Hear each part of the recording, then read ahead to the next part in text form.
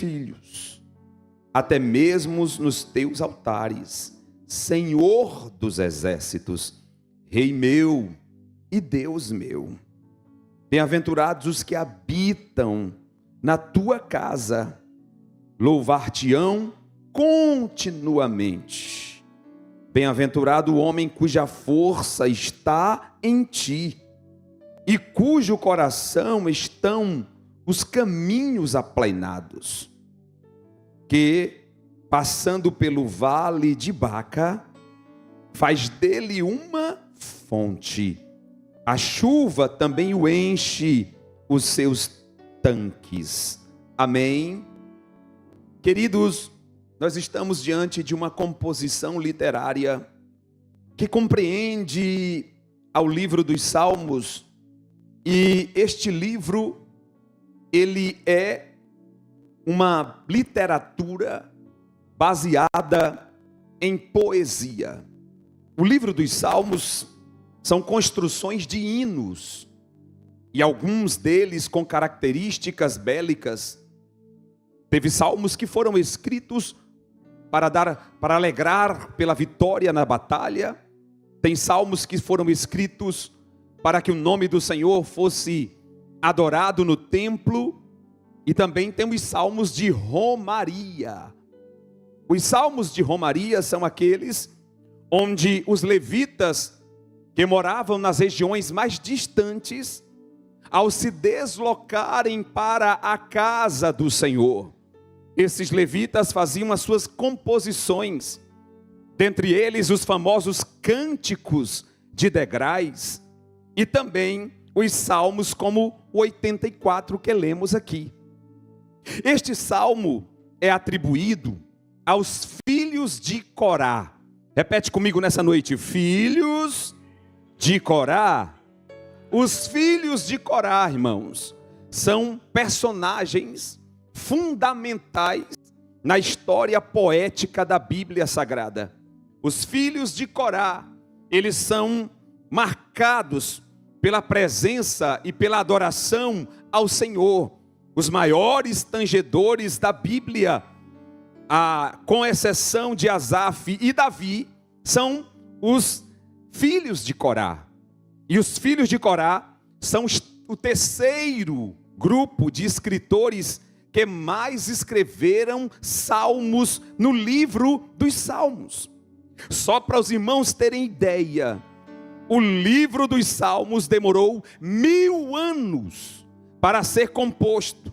Existem melodias de Moisés, até melodias de profetas lá depois do cativeiro babilônico.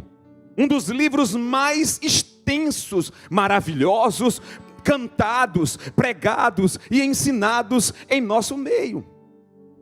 Os filhos de Corá, eles são tão relevantes na história de Israel, que o próprio profeta Samuel é descendente da linhagem de Corá. O único profeta que fora profeta, juiz e sacerdote, o grande Samuel, que ouviu a voz de Deus quando não mais se ouvia a voz do Senhor. O profeta Samuel, que marcou a transição do período dos juízes para o período dos reis, também é descendente dos filhos de Corá.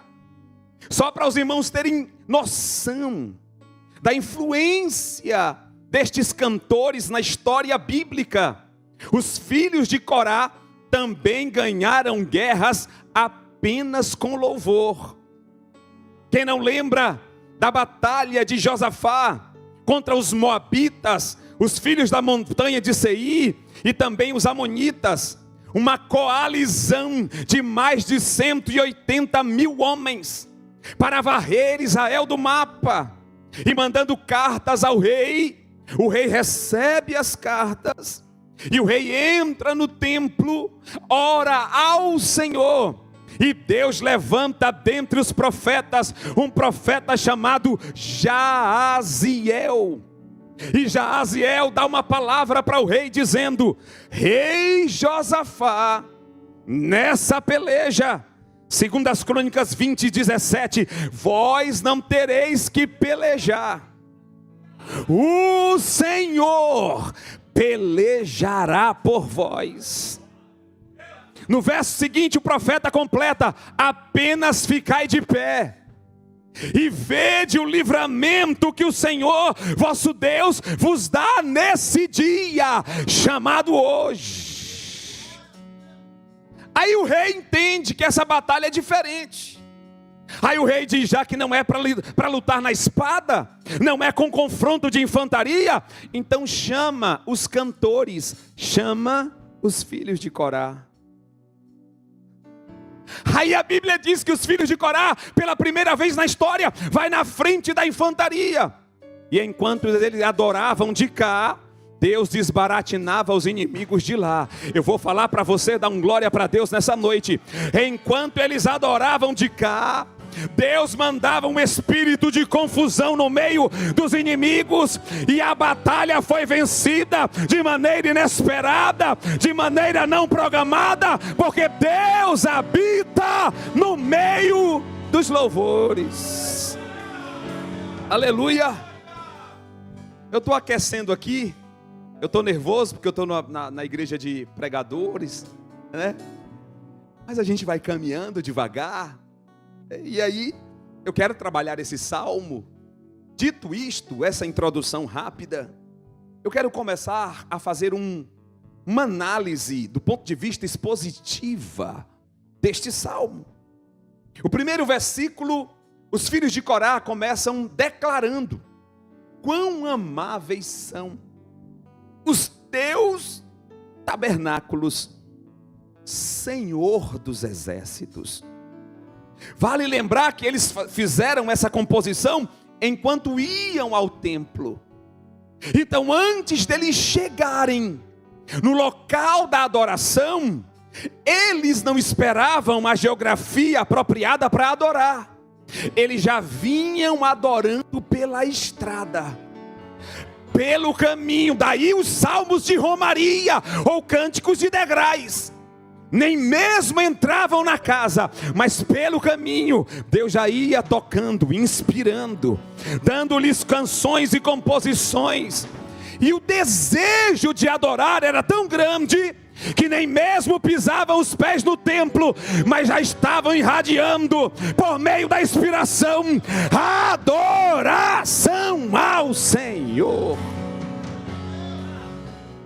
Eu quero crer que nessa noite, aqui no nosso meio tem muitos coatitas, como a dupla que cantou aqui agora, que não esperam as condições apropriadas para adorar, mas que estão constantemente em conexão com o céu e recebendo de Deus toda a energia que é produto daquele que adora, para viver e caminhar de maneira saudável nessa vida. Aleluia! Então eles estão caminhando para o templo e já estão adorando. Eles não esperam chegar no templo para adorar. Não esperam que o Moriá cante de maneira maravilhosa como eles cantam para adorar. Também não esperam resultados para adorar. Não esperam portas se abrindo para adorar. Não esperam a resposta desejada para adorar. Eles já vão adorando. Eles estão dizendo para nós nessa noite que se o louvor preceder a vitória, então a vitória será mais que certa. Aleluia.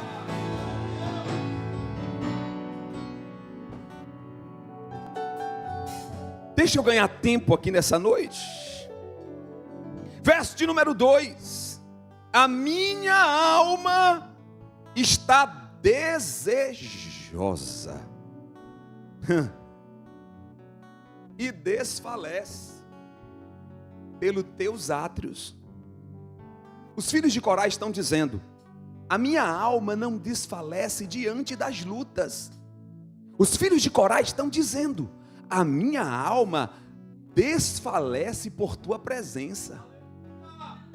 Isso é uma expressão poética, pois a alma é o centro das emoções, dos desejos e das vontades. A alma, ela interliga o corpo ao espírito. Enquanto o espírito do homem é o receptáculo do que vem do mundo sobrenatural, e o corpo interage com o mundo físico, tendo a alma como o grande leitor, interpretando o que está no mundo do espírito, interpretando o que está no mundo físico. A alma, portanto, é preponderante na adoração. E os filhos de Corá estão dizendo: a minha alma está desejosa e desfalece pelos teus átrios. A minha alma não está desejosa pela residência, pelo título de cidadão de Portugal. A minha alma está desejosa da presença do Senhor.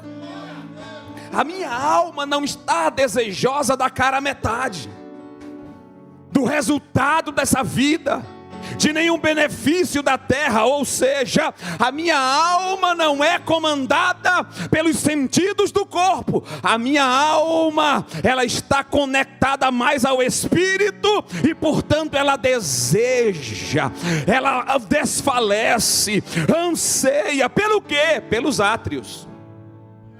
Diga comigo nessa noite: átrios. Átrios é a primeira parte do templo. Olha o que eles estão dizendo aqui. A minha alma não está desejosa pelo púlpito. A minha alma está desejosa pela primeira parte que compreende a formação do templo, pelos átrios que é lá fora. O que eles estão dizendo? Só em nós estarmos nos teus átrios, só em nós estarmos na ambiência onde paira a nuvem da glória, só em nós contemplarmos o Senhor descendo na casa, já nos completa por inteiro. Meu Deus! Mas eu quero falar um pouco mais desse salmo, e aí eu pretendo não cansá-los, mas deixa eu ir para o próximo verso. Diga comigo. Não, Deus não deixou eu ir não. Vou de novo aqui no 2. Vamos ficar um pouquinho mais no 2? A minha alma anseia e desfalece pelos teus átrios. O meu coração e a minha carne também. Isso significa dizer que os coatitas adoravam não pela metade. Os coatitas adoravam por inteiro. Os coatitas adoravam com o corpo, expressões corpóreas. Os coatitas adoravam com as emoções. E os coatitas adoravam com o espírito. Porque não adianta eu querer adorar com o espírito, mas aqui fora o meu corpo está uma caixa seca, sem sentido, onde a minha boca não serve para dar glória. Minha boca às vezes está sendo usada para outros fins que não louvam o Senhor. Mas seja inspirado nessa noite pelos coatitas. Adore com a alma, adore com o espírito, mas também adore com o corpo, Você pode levantar a mão? Quem veio adorar nessa noite? Quem veio adorar nessa noite? Levanta a mão. Esboça um gesto de adoração ao Deus que merece. Jesus. Eu vou assim meio que na carra-álcool, vai, mas não vai. Vai, mas não vai. Mas uma hora a gente vai. Vocês têm paciência? Vamos lá? Verso de número 3. Até o pardal encontrou casa. Até o pardal encontrou casa. Vamos ficar nessa vírgula aqui? Até quem? O pardal. Para quem não sabe, irmão, na cultura judaica e o Médio Oriente, o pardal é a ave mais desvalorizada. O pardal não tem valor nenhum na cultura judaica. Significa dizer que a expressão até usada pelos filhos de Corá, está dizendo, está expressando graça de Deus. Ao chegarem e contemplarem os umbrais do templo e verem a ninho de pardais lá, eles expressam, eles se inspiram a dizer: esse Deus é tão gracioso que até a mais desvalorizada das aves encontra espaço. Você quer ver uma coisa? Olha o valor de um pardal. Vou falar. Livro de Mateus, capítulo de número 12. Jesus disse: não se vendem 5 pardais por 2 moedas? Não se vendem 5 pardais por 2 moedas? Que expressão é essa? Ora, o preço certo eram 2 pardais por 1 moeda. Traduzindo, 2 pardais por 1 euro. Então 4 pardais seriam 2. Como é que 2 euros compra 5? Quem está aqui? Não se vendem 2 pardais ou 5 pardais por 2 moedas? O que ele está expressando? É o Senhor Jesus. Ele está dizendo assim: 4 é o preço, mas é tão desvalorizado que quem vende 4 por 2 dá mais 1 de quebra. E eu vim nessa noite dizer para alguém que se sente o 5º pardal aqui, que o nosso Deus tem uma palavra para você. Você que está se sentindo o 5º pardal, aquele que não tem força, que acha que não vale nada, tem uma palavra de Deus para você nessa noite. Jesus conclui: contudo, entretanto, porém, Deus os conhece por inteiro. A palavra de Deus nessa noite para alguém aqui é: você que está nessa noite se sentindo para baixo, sem forças, já tentou até adorar, mas não conseguiu, está se sentindo o 5º pardal. A palavra para você nessa noite é: você vale mais. Vou falar de novo: você vale mais que o mundo inteiro, diz a palavra do Senhor.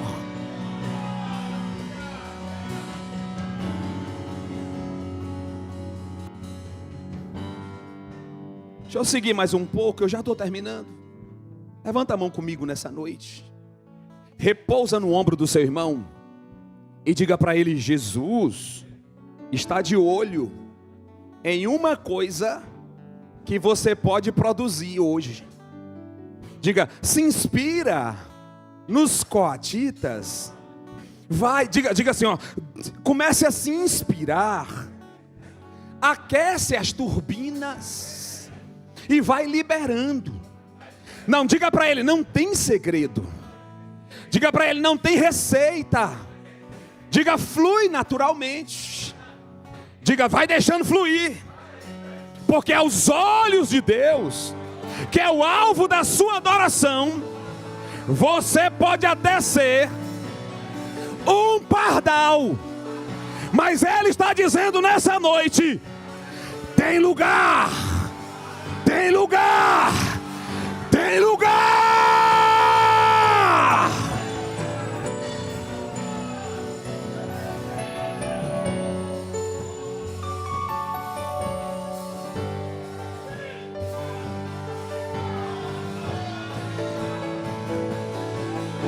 Abacandarabachorabara, Oraiassuri candarabararaba. Levante a sua mão e adore. Deixa fluir, deixa fluir, deixa fluir.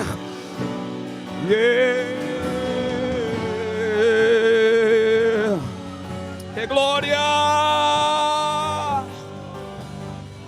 Meu Deus. Agora segura aí, irmão, presta atenção. Verso de número 4.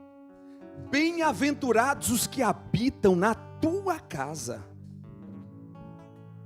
Uma das coisas que aborrece em muito ao nosso Deus, olhe para cá, é a sazonalidade. O que é a sazonalidade? A sazonalidade são pessoas que se baseiam em mudanças, não fincam território, não fincam estacas, não habitam, não estabelece morada. Veja que no Salmo 91, bem-aventurado aquele que habita, aonde? No esconderijo do Altíssimo. O verso de número 6 está dizendo: bem-aventurados ou felizes são os que não transitam de casa em casa, mas aqueles que habitam. Deus não é sazonal. Palavra de Deus, eu vim como profeta nessa noite. Palavra de Deus para alguém aqui nesse lugar. Se para você já não está valendo a pena, porque está acontecendo algo que você não está gostando, conselho de Deus: pedra que não para, não cria linho. Deus não gosta desse negócio de transição para lá, transição para cá. E nós estamos vivendo um tempo em que igreja é igual fast food. Se o cardápio dali não me agradou, eu me mando já para outra. Mas Deus está falando nessa noite: não é bem-aventurado quem não fica. E aqui também não é hotel para se alugar conforme a necessidade e depois ir embora.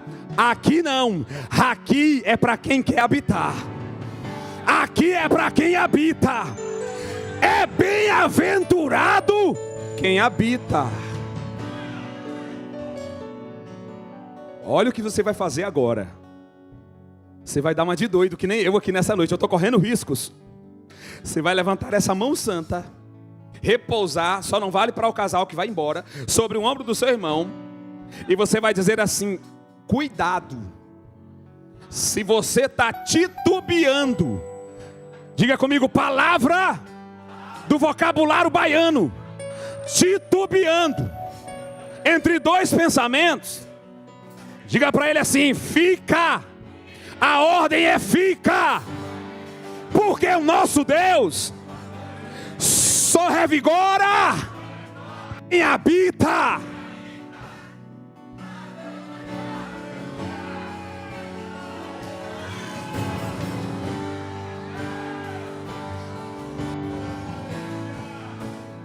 Eu preciso correr aqui.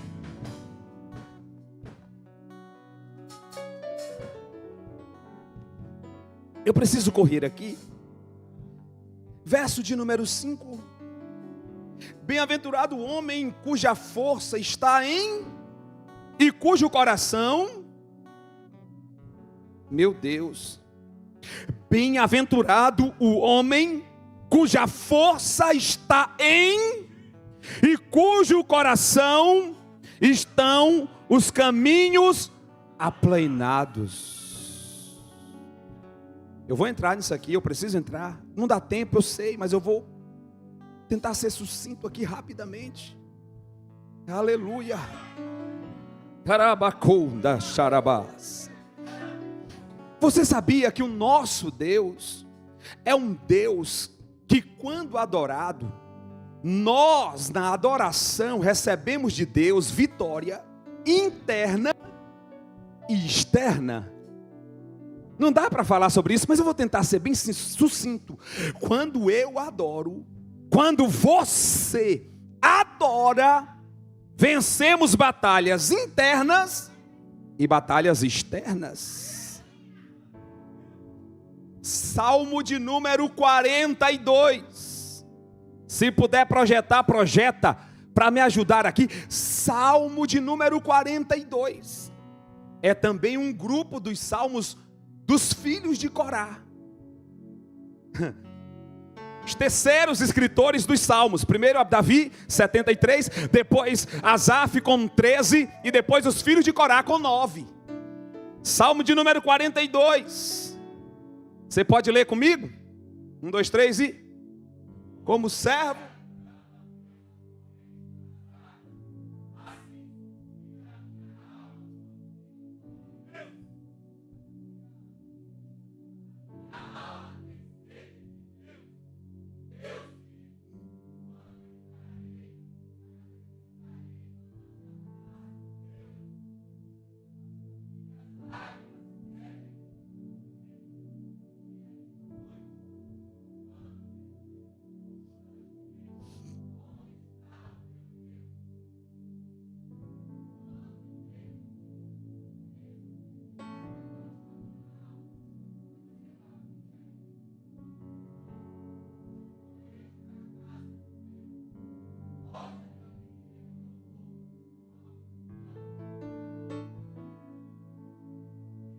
Segura, segura, não leia, não leia. Segura. Eu falei para vocês que quando a gente louva, a gente vence batalhas externas e batalhas internas. Este salmo é um travamento de batalha interna. É alguém falando com a própria alma. Os filhos de Corá estão em um paradoxo entre a alegria de louvar e os impactos da vida naquilo que não acontece quando a gente quer que aconteça. Meu Deus. Há um problema grave na romaria do Salmo 42. Por quê? Porque os filhos de Corá estão divididos em um dilema entre a certeza de que adorar é a melhor opção e também o desvaneio de se deparar com as contradições da vida. Ou seja, nem tudo vai acontecer do jeito que eu quero, nem tudo vai sair no formato que eu quero. Tem planos que vão dar errado. Eu vou dar uma palavra de Deus para alguém aqui. Tem coisas que tem que dar errado, irmão. Não, meu Deus, chegou do céu agora. Tem coisas que tem que dar errado. Para quê, pregador? Para me abater? Não. Tem que dar errado para poder dar certo. Tem coisas que dão errado na minha e na sua vida, com um objetivo: nos levar à disposição que o Senhor quer de nós. Tem coisas que tem que dar errado, repito, para poder dar certo. Então os filhos de Corá, no dilema da vida, eles estão entendendo, adorar é a melhor coisa que se faz. Mas em detrimento de adorar e os resultados que se espera, o que fazer com uma alma abatida? Aí algo acontece nesse louvor. Sabe o que eu vejo? Entre o verso de número, coloca lá de novo, 42. Entre o verso de número 4 e o verso de número 5, acontece alguma coisa. O que acontece? Uma inspiração desce. E qual é a inspiração? Fala para a tua alma. Meu Deus, olha lá, olha o 5, olha o 5, olha o 5. Fala para a tua alma: por que estás abatida, ó minha alma? Por que te perturbas dentro de mim? Resposta na inspiração do Espírito Santo: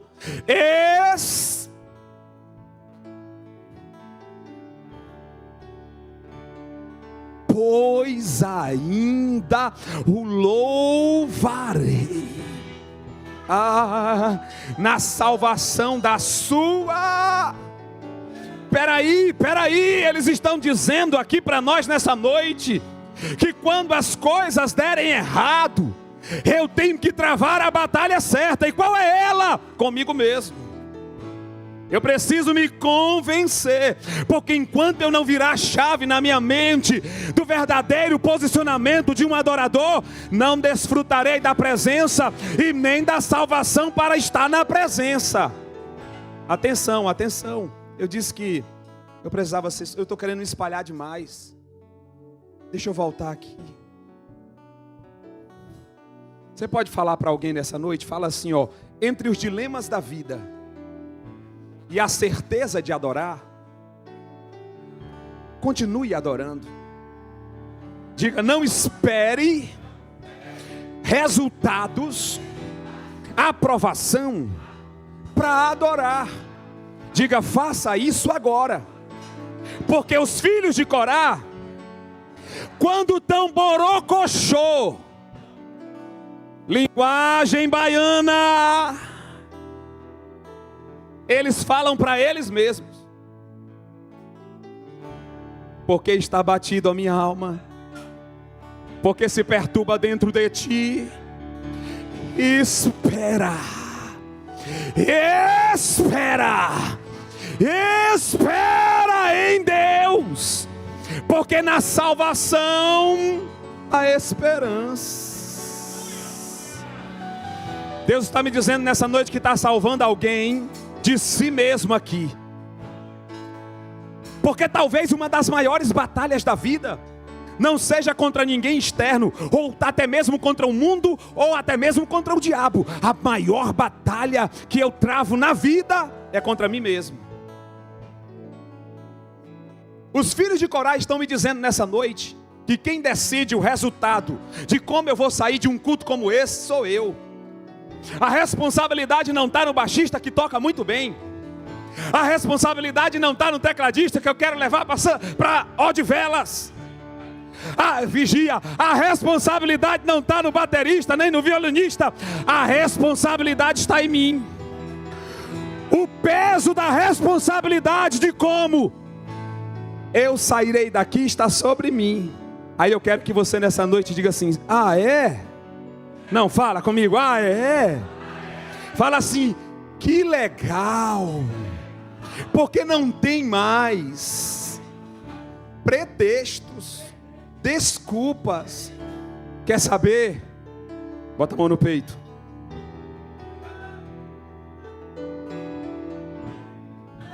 Fala para essa alma velha aí, vai.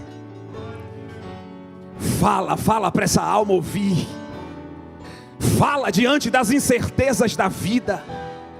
Fala diante das perdas, das solidões que a vida nos trazem. Fala para essa alma. Fala diante da porta fechada. Fala diante das palavras contrárias. Fala nessa noite: minha alma, espera em Deus. Porque tem salvação, tem salvação, tem salvação, tem salvação, tem salvação, tem salvação, tem salvação sim, vai ter resultado sim, a esperança.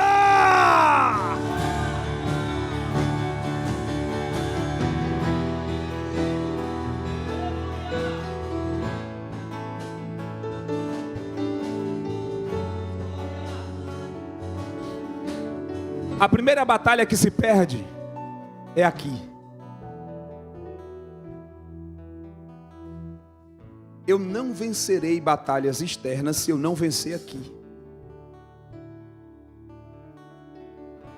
Significa dizer que o meu foco deve estar naquilo que tem me desestabilizado. Hoje você vai sair daqui de posse de uma certeza: nada externo tem poder, ou será acreditado poder, de me desestabilizar. Você vai olhar agora para as circunstâncias como Abacuque, um doido. E você vai dizer assim: ainda que a figueira não floresça,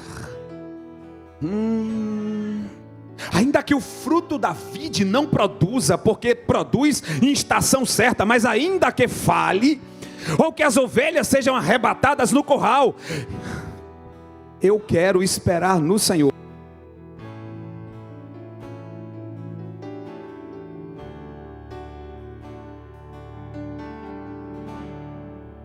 Significa dizer, olhe para cá, significa dizer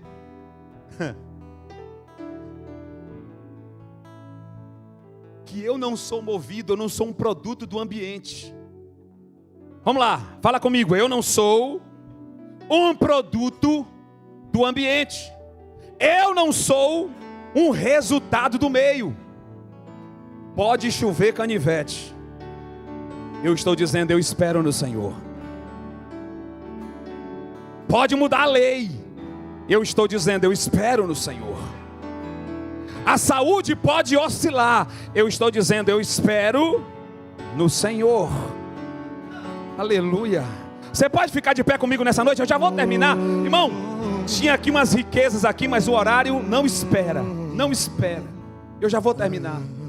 Eu queria que nessa noite você olhasse para dentro de você. Aí é onde você está. E perguntasse para essa alma que é só sua: o que é que tem sido barreira entre eu e a verdadeira adoração? Por que não tem fluído como já fluiu um dia? O que está faltando? São perguntas que eu faço para mim São perguntas que você tem que fazer para você nessa noite. Uma vez que a responsabilidade pelos resultados da sua vida, segundo o Salmo 42 e o 84, depende única e exclusivamente de você. Então Deus está dizendo nessa noite: olhe para o lugar certo. Repete comigo: o meu foco define a minha fé. Se eu ficar olhando muito para fora, se eu ficar olhando muito para as pessoas, se eu ficar esperando muito de fora, o meu foco vai minguar. Eu vou perder as certezas, a esperança vai diminuir. Mas se eu confiar no Deus que eu sirvo e virar a minha chave me convencendo de que Ele tem resposta para mim, de que dele brota a esperança, de que dele vem a minha salvação, que Ele não vai me abandonar, as guerras externas começarão a ser vencidas pelas vitórias internas. Repete comigo: as guerras externas sempre serão vencidas pelas vitórias internas. Eu vou deixar você adorar. Eu vou deixar você adorar. Ou adora. Me peguei perguntando.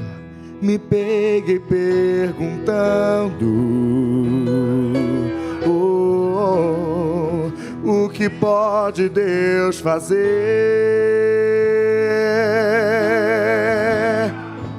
Mudar todos os planos. Vem aqui pra frente, vamos.